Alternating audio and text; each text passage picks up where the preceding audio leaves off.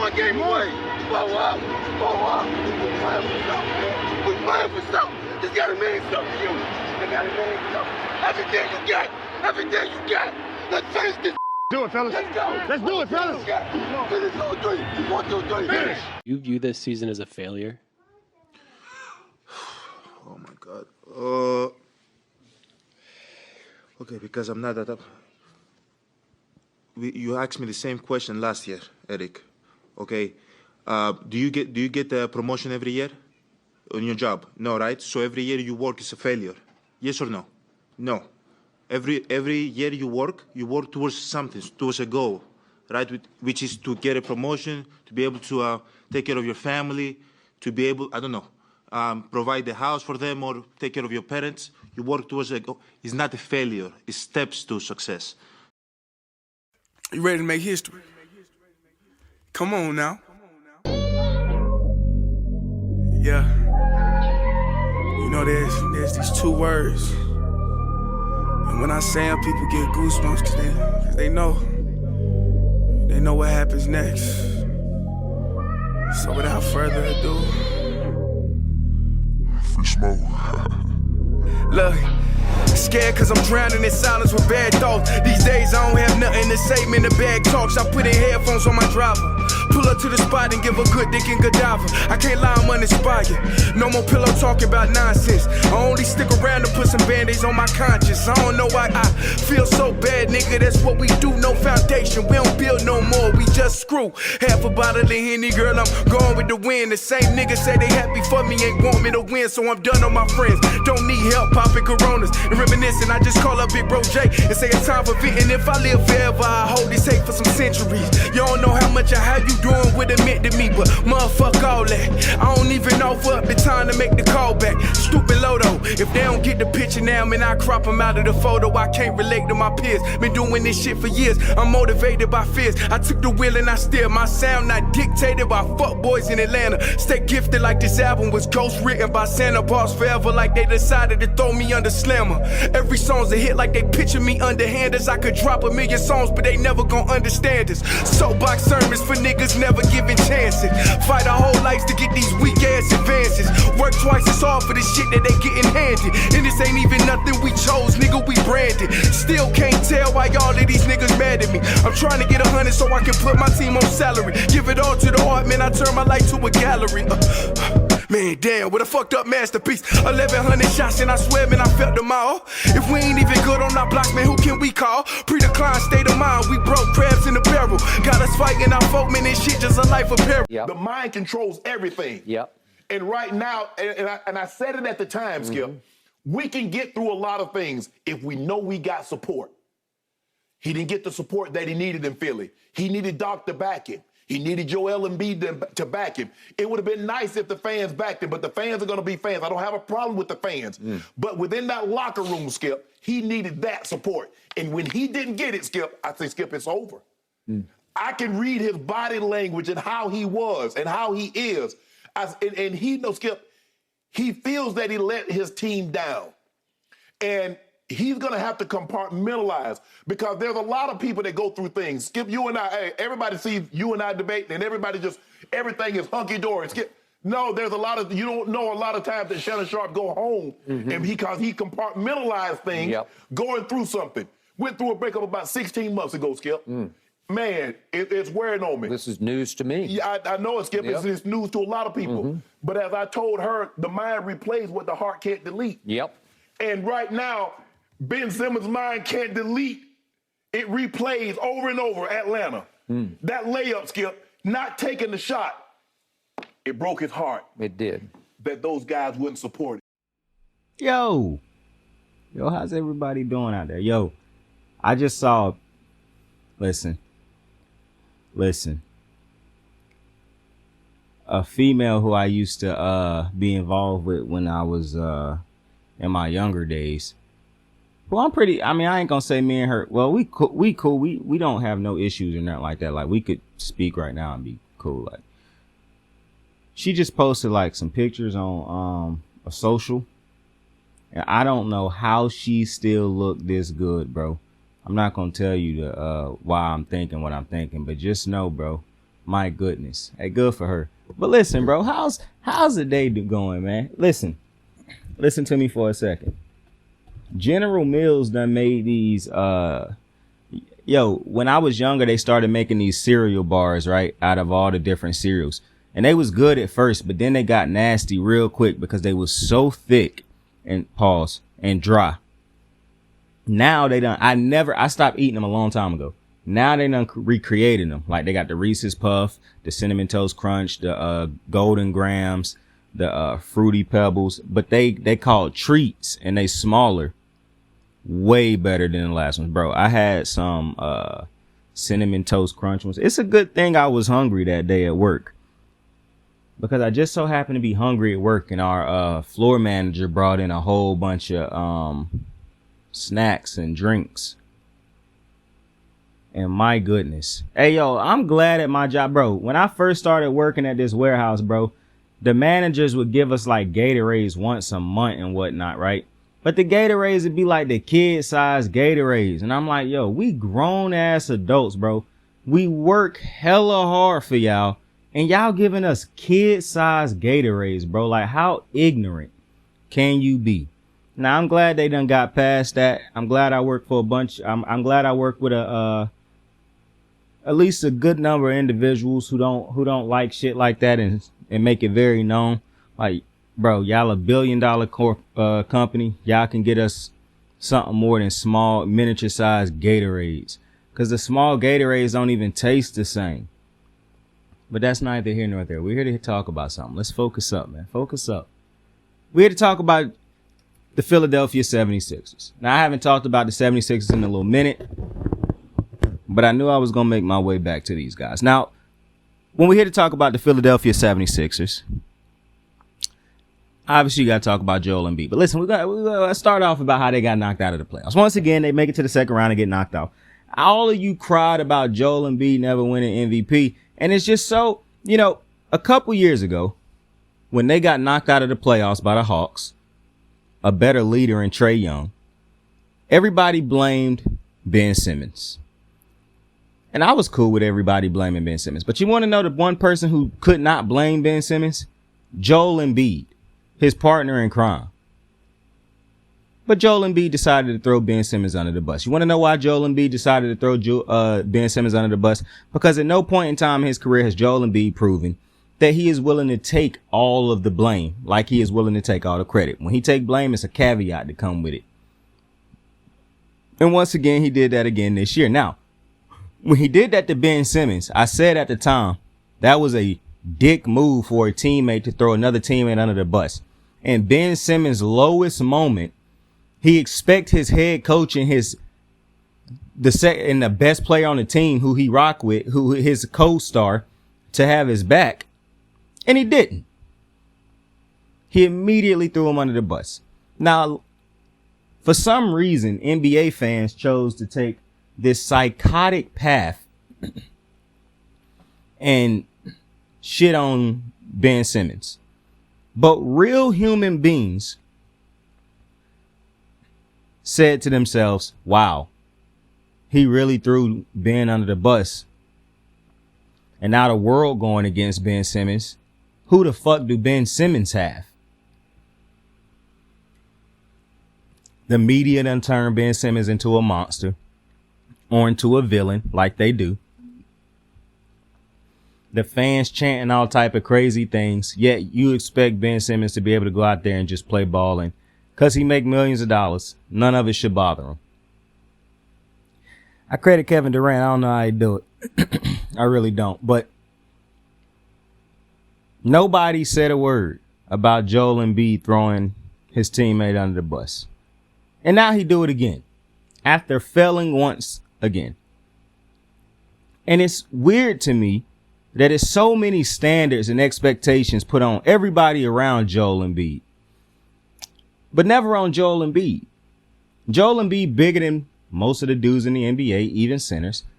And Joel Embiid is a great player. I'm taking nothing away from Joel Embiid. But to say Joel Embiid is in great shape would be crazy. To say he got this all-world post game would be crazy. To say he got crazy cardio. Like, Joel Embiid just a big-ass dude. But every year, it's a repeat. I said you blame Ben Simmons for not taking certain shots. Well, I say go back and watch that game and look at the fourth quarters and look at what Joel Embiid become in the fourth quarter of those games. Just a big ass roadblock running around on the court. Not even running around. Just laboring around the court in the fourth quarter because he out of shape. He always hurt. He always sick. It's always something. But you don't hold him to a certain standard the way you tried to hold Ben Simmons to a standard. Because Ben Simmons shooting is what was the problem. But great coaches find ways to coach around stuff like that.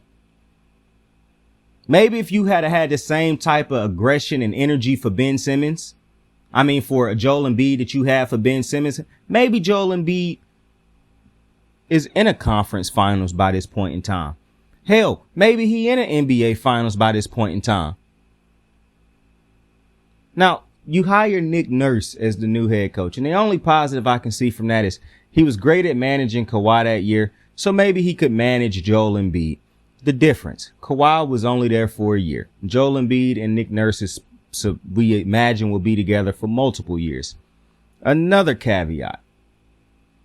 What is a third head coach going to do for him that no other coach has done? Because his last two head coaches is champions. Doc Rivers done won a championship. So is Nick Nurse. What is going to change Joel Embiid? And just a newsflash for you Philadelphia 76ers. You continue to baby him just because he like to pander to the fans and whatnot. And this is exactly what you're going to keep getting. At some point in time, when you watch these games and you're looking at the fourth quarter and deep into long games, at some point in time, the excuse can't be, oh, it's a long game and yada, yada, yada.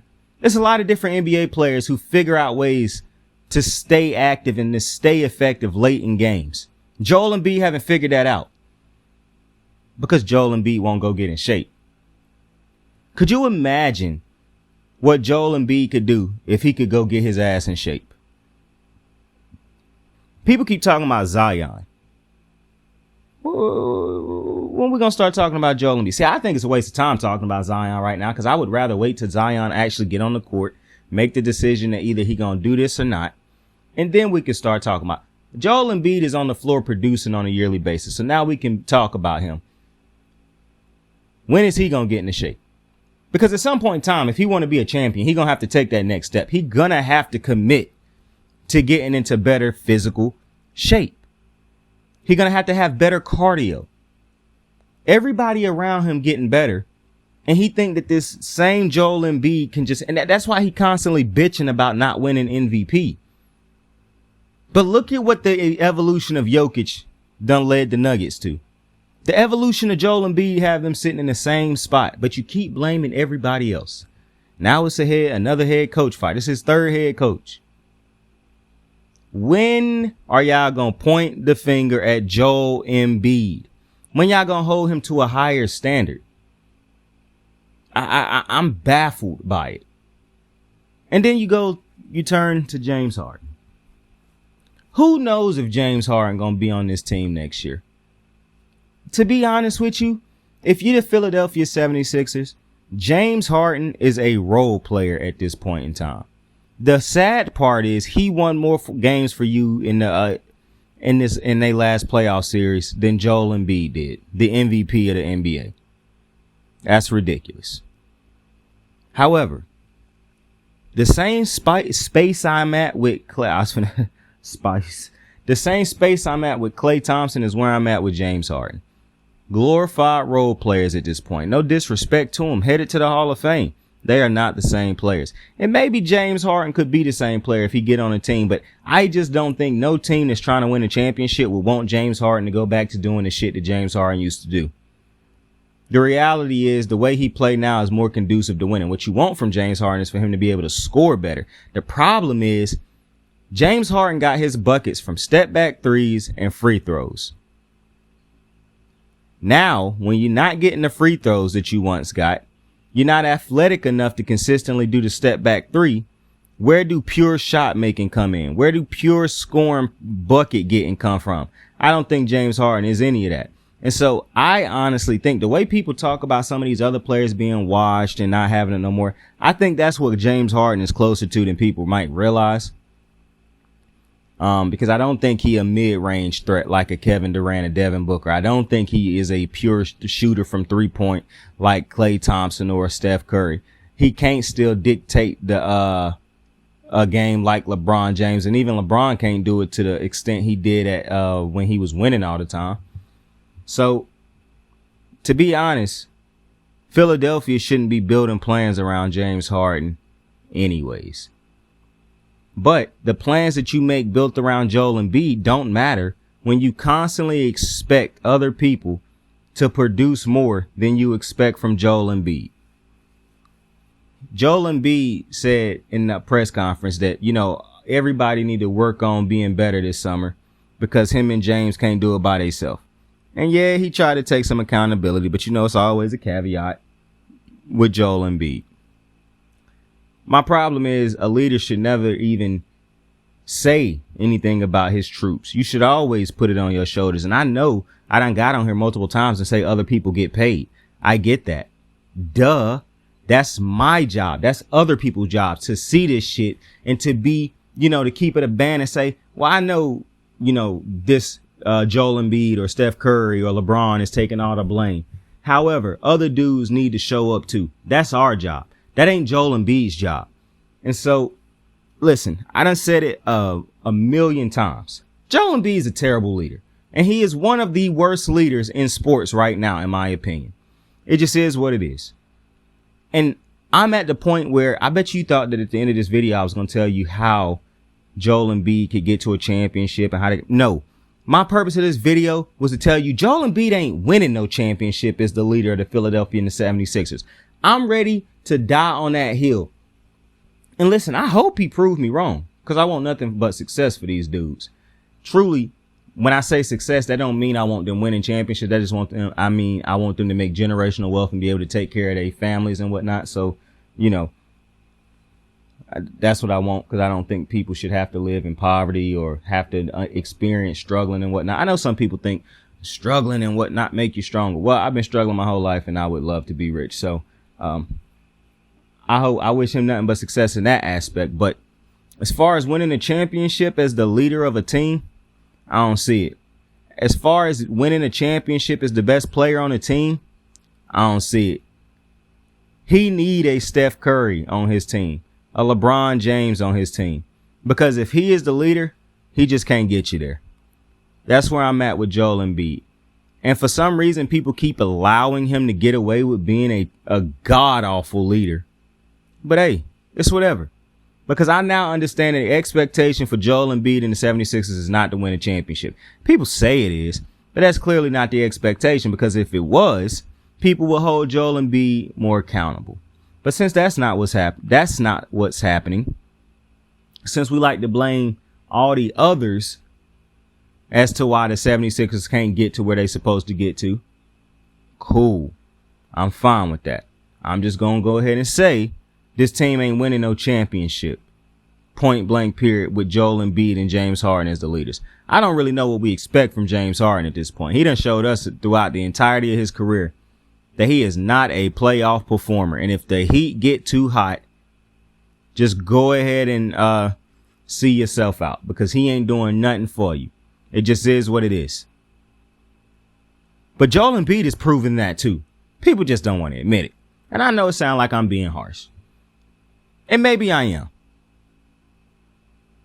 But Joel Embiid continue, and it's so irritating when I hear other NBA players talk about players like this, because it's like they can't get down to these levels of, you know, speaking about basketball the way it should be spoke about. They just, oh man, they don't give him enough credit, bro. He's so good. He do this. I don't care about the physical aspect of the game at a certain point, bro. It's about the mental aspect, the passion. At what point is he willing to put in? He think he work hard enough right now, but keep seeing other people pass him up. At what point in time do he legitimately make that decision? Because a couple things got to align. His mental, his passion, his want to. A lot of things got to align for him to finally get. Because Joel Embiid can get to another level. If you watch Joel Embiid right now and you think that this is the best that he could possibly be, then you're foolish. And that's why one day, if he do make the decision to get to that, people gonna think it was foolish that he won MVP this year because they're gonna be like, wow, this year out, it's way better than his MVP year. But you know, do I think Nick Nurse will be a huge difference maker for this team? Not really. Doc was a good coach. It's a good team. It's a good squad. They just got two dudes who ain't leading them anywhere. And that's a cold reality, but it's a reality nonetheless. So listen, it is what it is. But like I said, I hope they make a whole bunch of money. A whole lot of money. I hope that for them. But with that being said, I appreciate you for joining me on another episode of Kicking It with Saint. Tell somebody you fuck with them. Tell somebody you love them. You can be anything in this world. Choose to be kind to somebody today. Saint out. I got the moves like hot sauce. Lil' mama taking the top off. I'm laying down getting topped off. After this, she know she getting knocked off. I know she loving the money, so I keep on thumbing and thumbing. She say she horny when she taking shots, so I keep them coming and coming. Now I'm putting dick in her tummy. Scoop her up like I'm raking or something. You would think shawty red track, the way that she running and running. You getting dumber and dumber. You out here chasing the bone. After she finished from giving me dome, the Uber is taking her home. Tight.